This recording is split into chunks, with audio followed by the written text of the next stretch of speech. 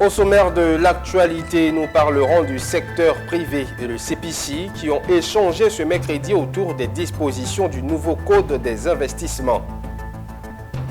6646 auditeurs du programme de formation en administration ont reçu leur diplôme de fin de formation des mains de Anne Ouloto, qui n'a pas manqué de leur prodiguer des conseils.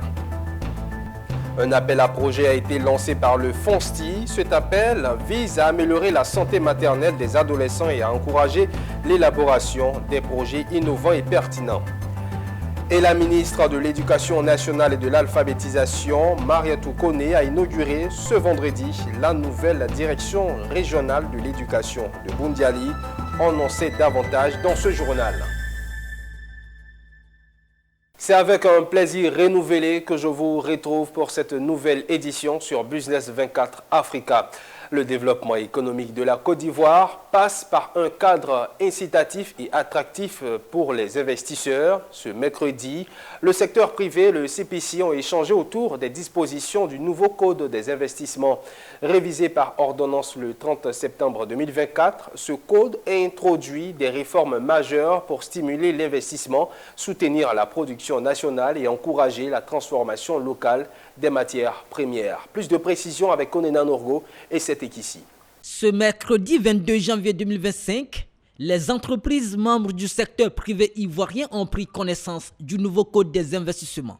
Sur la scène, l'équipe du CPC pour présenter à la CGC ce nouveau code aux objectifs multiples. Le Code des investissements s'inscrit dans une stratégie globale du gouvernement ivoirien pour attirer davantage les investissements, diversifier son économie, créer des emplois durables. C'est l'élément, j'allais dire, si on doit retenir quelque chose, c'est que l'État donne des exonérations parce qu'en contrepartie, le secteur privé crée de l'emploi. Mais aussi, ce qui est important, c'est l'accélération de son développement industriel économique dans le respect de l'environnement et du Code du travail. Le Code permet en effet de stimuler l'investissement, de promouvoir les investissements productifs en mettant en avant les secteurs prioritaires de l'économie. Soutenir la production et aussi la transformation des matières premières locales afin d'accroître la valeur ajoutée et limiter les exportations des matières premières brutes. Elle souhaite aussi favoriser un développement économique inclusif sur l'ensemble du territoire national par le respect des obligations et la création d'emplois durables. C'est dans ce souci d'amélioration continue, tenant compte de l'évolution de la réalité économique et des retours d'expérience des investisseurs, que plusieurs réformes du Code des investissements ont été entreprises, respectivement en 2019 et en 2024. Donc la dernière modification par l'ordonnance 2024-857 du 30 septembre 2024 constitue l'essence même de notre rencontre ce jour, en traduisant la volonté du gouvernement de rationaliser les avantages accordés aux investissements dans le cadre de la mise en œuvre du Code afin d'assurer une meilleure allocation des ressources publiques. Le Code des investissements prévoit deux régimes, celui de la déclaration d'investissement et celui de l'agrément. Il impose aussi le respect strict des lois en vigueur et exclut le cumul des avantages.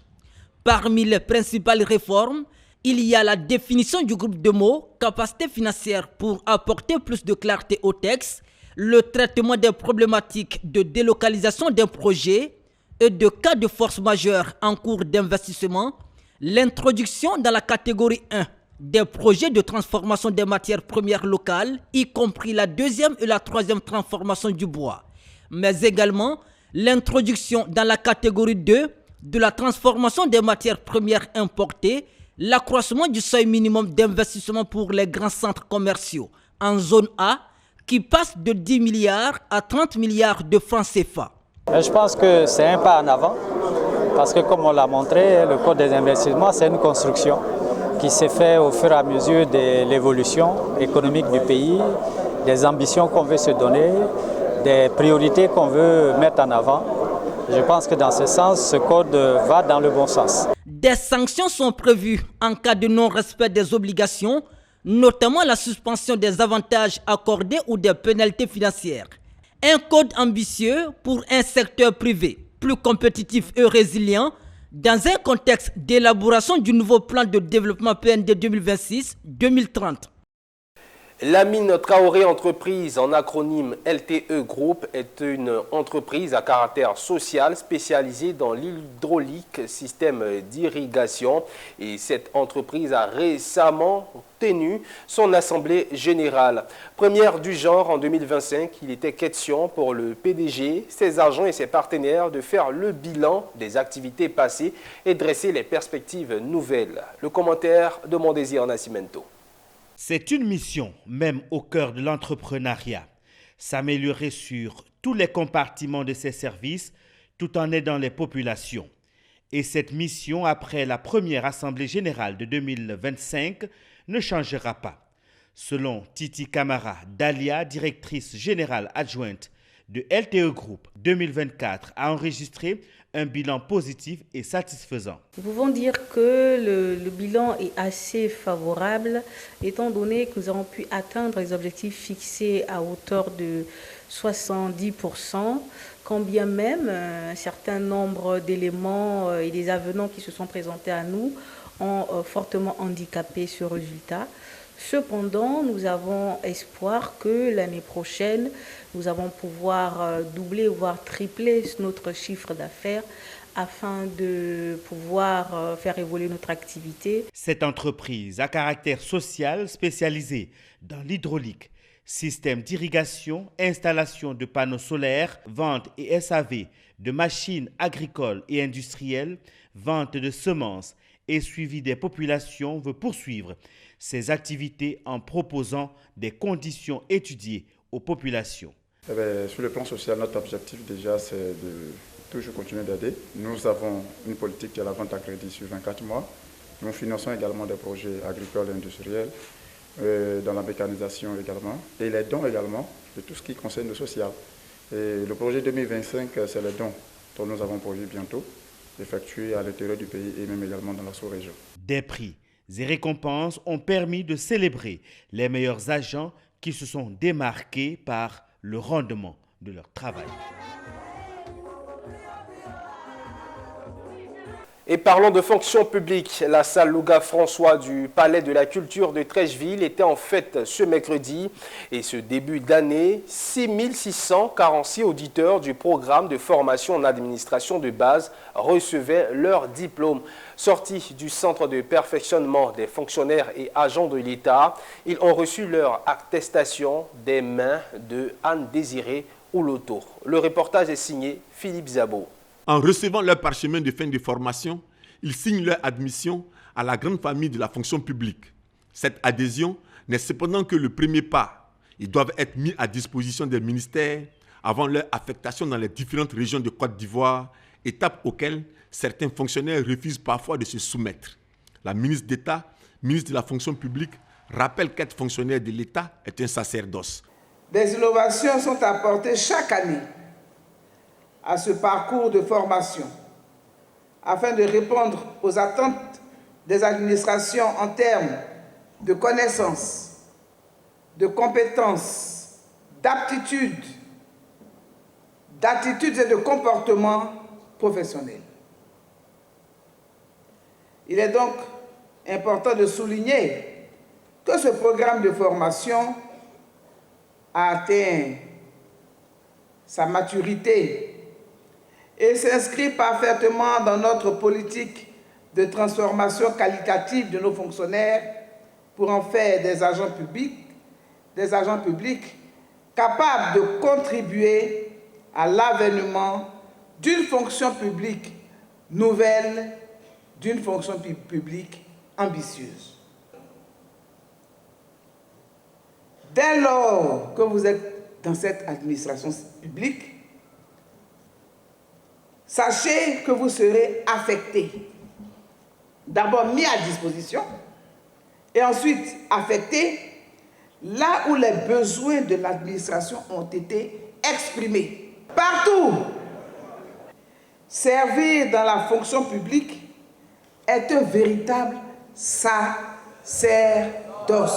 Avant son intervention, son directeur de cabinet a présenté un bilan de la formation suivi par la représentante des auditeurs qui a souligné ses bienfaits. Madame la ministre d'État, si l'on nous avait dit au début de cette aventure que nous serions capables de comprendre les arcanes de la rédaction administrative, de maîtriser la gestion des finances publiques, tout en jonglant avec le droit administratif, nous aurions probablement souri incrédules. Mais aujourd'hui, grâce à cette formation, nous avons appris à lier tous ces éléments comme une toile d'araignée bien ficelée. Les aspirants fonctionnaires sont désormais formés par le Centre de perfectionnement des fonctionnaires et agents de l'État avant leur prise de fonction. À présent, je reçois l'invité du JT.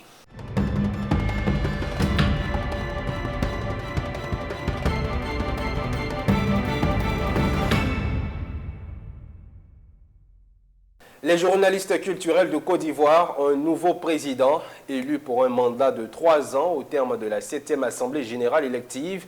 Jean-Marc Tonga a pour mission de conduire l'UJOCSI. Quel est son parcours, son programme d'action pour relever les défis économiques et culturels? Je le reçois en plateau pour en parler. Bienvenue, Président. Merci. Bonjour, Anja Semia. Alors, je rappelle que c'était à l'occasion de la 7e Assemblée générale élective. Comment avez-vous vécu cette victoire? Je vais dire tout simplement fierté et reconnaissance. Fierté parce que des 2 candidats en liste, je suis celui qui a été plébiscité par ses confrères. Alors, c'est de là que part toute la reconnaissance. Parce que, comme on l'a dit, c'était une élection et rien n'était gagné d'avance. Alors, c'est l'occasion pour moi de dire merci à mes confrères journalistes culturels pour leur choix porté sur ma personne. Et cette confiance, nous n'allons pas la trahir.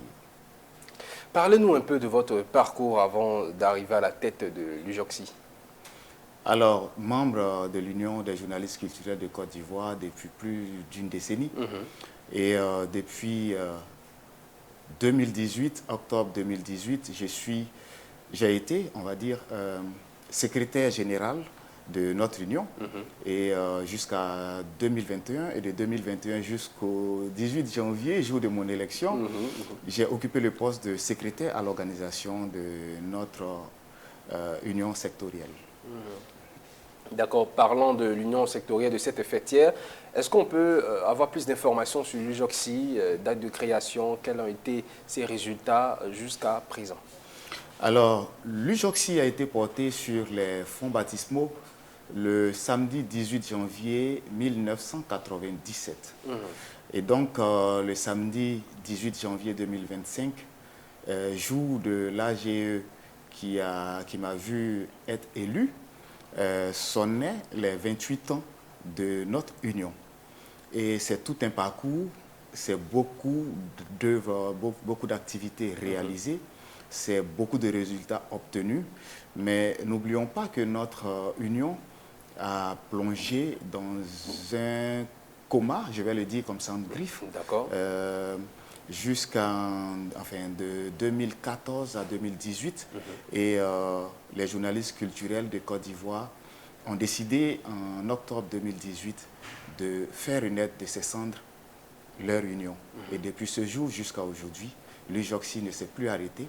L'UJOCSI est parti donc de sa phase de renaissance, de renouveau, à sa phase de positionnement. Aujourd'hui, nous voulons faire de l'UJOCSI une force, un porte-parole. Et justement, pour faire de l'UJOCSI une force de porte-parole, vous, en tant que président, quels sont les axes prioritaires sur lesquels vous allez vous appuyer pour conduire cette union durant les 3 années à venir, surtout pour relever les défis de l'économie culturelle? D'accord. Premier axe pour rendre notre union plus forte, c'est de battre le rappel des troupes. Battre le rappel des troupes, c'est faire revenir à la maison tous les journalistes culturels de Côte d'Ivoire. Je ne suis pas en train de dire qu'il y a problème à la maison, loin de là. C'est ça. Mais il faut que tout le monde revienne à la maison, que tout le monde appartienne à la famille, que chacun joue son rôle de membre de famille pour que notre union brille davantage.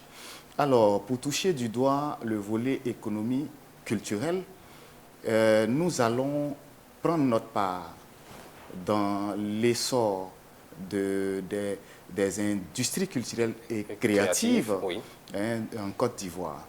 industrie culturelle et créative, ICC donc, qui déjà affiche une dynamique, on va dire, prometteuse pour l'économie ivoirienne et pour la jeunesse ivoirienne. Il faut rappeler que les ICC emploient beaucoup de jeunes en Côte d'Ivoire. Oui. Alors, pour ce faire, nous allons former nos confrères pour qu'ils prennent la pleine mesure des défis et des enjeux du secteur des ICC. Et cela va impacter forcément leur engagement à faire davantage la promotion et à valoriser les productions locales. Oui. Et donc, partant de là, le journaliste culturel, sinon les journalistes culturels de Côte d'Ivoire, vont participer activement à l'éducation des populations, à la consommation des productions et des contenus de Côte d'Ivoire. Merci beaucoup. Dans quelques jours, pourquoi pas, ça sera la cérémonie d'investiture. Mais avant, combien de membres compte l'Union? Alors, en termes de journalistes culturels, c'est plus de 200 journalistes culturels que nous comptons en Côte d'Ivoire. Sur toute l'étendue du territoire national. Sur toute l'étendue du territoire national. Et membres à jour de ces cotisations à l'UJOCSI, c'est environ 150. D'accord. Ok. Alors, si vous avez un mot, puisque nous terminons cet entretien, un mot à l'endroit de tous ces journalistes culturels en Côte d'Ivoire, en tant que président, le 7e président, je le rappelle, si vous avez un mot, ça sera lequel? Alors, le mot que je voudrais adresser à mes confrères et consoeurs, c'est qu'on a le devoir d'être plus forts ensemble. Merci beaucoup, Président. Nous l'avons compris. Je rappelle que vous êtes Jean-Marc Tonga et vous êtes le 7e président de l'Union des journalistes culturels de Côte d'Ivoire. Avec vous, nous avons parlé un peu du programme d'action pour relever les défis économiques, culturels en Côte d'Ivoire. Et je rappelle aussi que vous êtes élu pour 3 ans. Et pendant ces 3 ans, nous allons ensemble voir les actions qui vont être menées. Merci beaucoup, Président. Merci, Ange. À très bientôt. À très bientôt. Autre information, le laboratoire AstraZeneca était récemment au Centre national d'oncologie médicale et radiothérapie Alassane Ouattara pour procéder à la remise officielle des premiers kits de diagnostic du cancer, en particulier celui du poumon. Cette remise de kits marque le point de départ d'une collaboration entre AstraZeneca et le Programme national de lutte contre le cancer. Le reportage est signé Sandrine Kwame et c'était ici.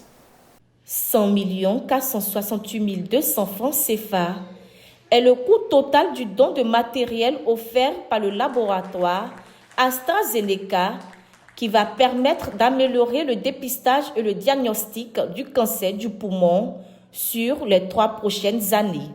Cette initiative est l'aboutissement d'une approche collaborative entre l'AstraZeneca, le Programme national de lutte contre le cancer, le Centre national d'oncologie médicale et radiothérapie Alassane Ouattara et plusieurs sociétés exerçant dans le domaine médical. Nous commençons par ce don pour le diagnostic et nous voulons aller plus loin, notamment pour améliorer l'accessibilité à la prise en charge pour le traitement. Parce qu'effectivement, si nous trouvons le bon diagnostic, il faut que les patients puissent avoir accès au traitement et l'accessibilité, c'est la mise à disposition, mais aussi l'accessibilité financière. Et nous travaillons aussi sur cette accessibilité financière avec le CNAO et nous l'annoncerons très très bientôt en ce qui concerne la prise en charge thérapeutique. Aujourd'hui, on parle plutôt de carte d'identité du cancer. C'est seulement quand vous avez la carte d'identité précise d'un cancer que vous savez quelle est la molécule qui va pouvoir arriver à bout de ce cancer. Et ces kits nous permettent donc d'arriver à la carte d'identité du cancer du poumon. Donc, de nous guider rapidement vers le choix d'un protocole adapté pour espérer obtenir la guérison au bout du traitement. Pour rappel, ce don s'inscrit dans le cadre du programme Cancer Care Africa, mis en œuvre par l'AstraZeneca pour la prise en charge de plusieurs cancers. Et toujours en santé, récemment s'est tenue la cérémonie marquant le lancement de l'appel à projet du Fonds pour la science, la technologie et l'innovation et du programme d'appui stratégique à la recherche scientifique avec le Centre de recherche pour le développement international. Cet appel à projet vise à améliorer la santé maternelle des adolescents et à encourager l'élaboration de projets innovants et pertinents. Nous témoignent Michel Brou et Christian Guilly. 240 millions de francs CFA, c'est le montant global alloué à l'appel à projet du Fonds pour la science, la technologie et l'innovation du programme d'appui stratégique à la recherche scientifique financé par le Centre de recherche pour le développement international du Canada. Ce montant a été dévoilé par le secrétaire général du FONSTI en présence des hommes de médias et les membres des institutions concernées. À travers cet appel à projet, les acteurs souhaitent mettre l'accent sur l'innovation, la recherche collaborative et l'engagement des communautés scientifiques pour assurer des solutions adaptées et acceptées par les cibles visées. L'objectif de cet appel est d'encourager l'élaboration de projets capables de réduire les disparités en matière de santé sexuelle et reproductive, de renforcer les systèmes de santé, d'introduire des solutions technologiques adaptées et par ailleurs de valoriser notre patrimoine médical à travers le continuum entre la médecine traditionnelle et la médecine moderne, notamment en zone rurale. Il faut se féliciter d'avoir le FONSI avec les chercheurs parce que c'est toujours l'occasion pour le FONSI de capter des financements pour améliorer donc la recherche en Côte d'Ivoire. On peut retenir également que c'est une compétition qui est ouverte. Comme l'a dit le secrétaire général exécutif, les femmes, les jeunes chercheurs, les chercheurs seniors, tout le monde est invité. Les moyens sont là, il faut amener les chercheurs à développer la culture donc, de la compétition et puis donc de choisir de réfléchir sur les problèmes, de contribuer donc à la production du savoir autour de ces problématiques. Cet appel à projet s'inscrit dans le cadre de la mise en place du programme de recherche avancée en santé globale de la mère et de l'adolescente. Il bénéficie d'un appui financier acquis auprès du Centre de recherche pour le développement international du Canada.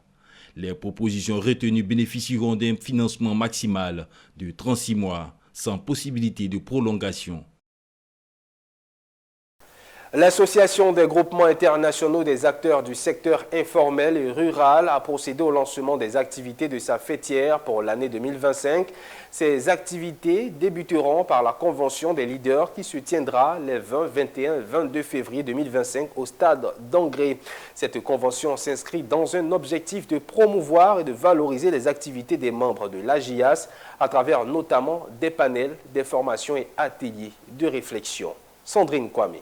Le secteur informel féminin à l'ère du numérique est le thème de la 4e édition de la Convention des leaders qui se tiendra les 20, 21 et 22 février 2025 au stade d'Angré, Abidjan-Cocody. L'Association des groupements internationaux des acteurs du secteur informel est l'initiatrice de cette Convention des leaders qui sera animée par plusieurs activités.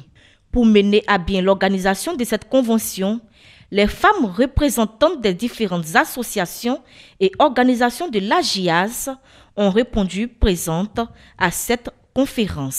La Convention des leaders, c'est une plateforme de rencontre de toutes les associations de Côte d'Ivoire, des industriels, des institutions et de tous nos partenaires. C'est un rendez-vous annuel qui se fait chaque année pour former les femmes du secteur informel en vue de les accompagner financièrement. Le but principal de cette convention, c'est vraiment de créer une plateforme de réflexion sur les difficultés, sur les besoins des acteurs du secteur informel. Nous attendons toutes les femmes des associations d'Abidjan et de l'intérieur du pays, les jeunes filles déscolariser tous nos membres. Nous attendons aussi les institutions. Créée en 2018, l'Association des groupements internationaux des acteurs du secteur informel, AGIAS, compte aujourd'hui environ 5000 membres et totalise 251 associations basées dans 48 secteurs à Abidjan et à l'intérieur du pays. La fêtière est accompagnée par plusieurs partenaires tels que la CNPS et la CELPED. Dans le cadre de son engagement pour le bien-être des populations, la Fondation Didier Drogba a initié une journée d'action sociale à Grand Laou. Cette initiative s'articule autour du dépistage gratuit des maladies cardiovasculaires, la protection de l'environnement et un soutien scolaire avec des dons. Le témoignage d'Abel Kwao, notre correspondant. Des séances de dépistage gratuit des maladies cardiovasculaires, visite de la clinique mobile. C'est par ces actions que débute cette journée d'action sociale de Didier Drogba à Grand Laou au nom de sa fondation. Occasion pour la légende du football international de faire don de 200 sacs à dos au groupe scolaire Brafédon pour soutenir l'éducation en milieu rural. Et donc nous sommes ici afin de mettre à disposition des populations locales notre clinique mobile qui est ici. Ce petit camion peut sauver des vies. Ce petit camion et toutes les équipes qui l'accompagnent, qui sont venues ici, peuvent vous aider, peuvent sauver des vies. Et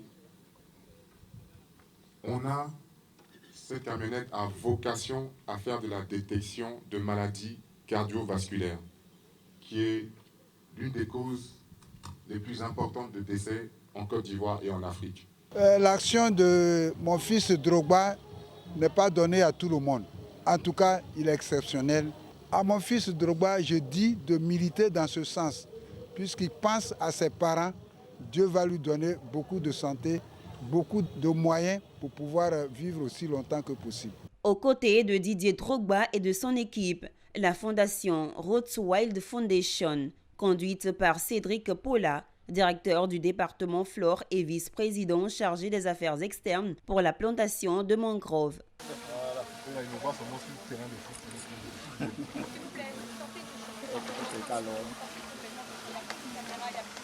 Le but de cette action est de restaurer les écosystèmes côtiers, protéger la biodiversité locale et lutter contre l'érosion des sols. Terminons ce journal dans la Bagoué. La ministre de l'Éducation nationale et de l'alphabétisation, professeur Mariatou Koné, a inauguré récemment la nouvelle direction régionale de l'éducation de Bundiali, une infrastructure équipée qui facilitera les conditions de travail des encadreurs et améliorera sans doute les résultats scolaires. Ouattara Daouda. Bâti sur une superficie de 3900 mètres carrés et financé à hauteur de 929 536 850 francs CFA. La nouvelle drainage de Bundiali répond aux normes modernes et comprend une vingtaine de bureaux, des salles de réunion, de conférences, un bloc sanitaire avec toutes les commodités pour le rayonnement de l'école dans la Bagoué. C'est l'ensemble de la communauté éducative qui vous exprime sa fierté de recevoir ce magnifique cadre propice au travail.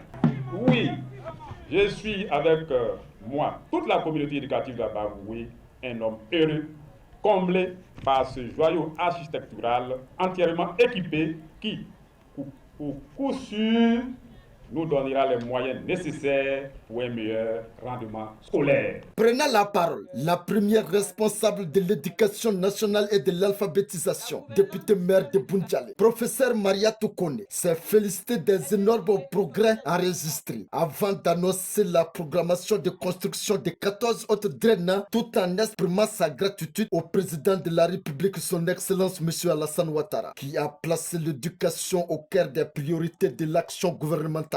Aujourd'hui, avec ce bâtiment neuf de la direction régionale et les projets en cours, nous posons les bases d'un avenir meilleur pour nos enfants et pour notre région.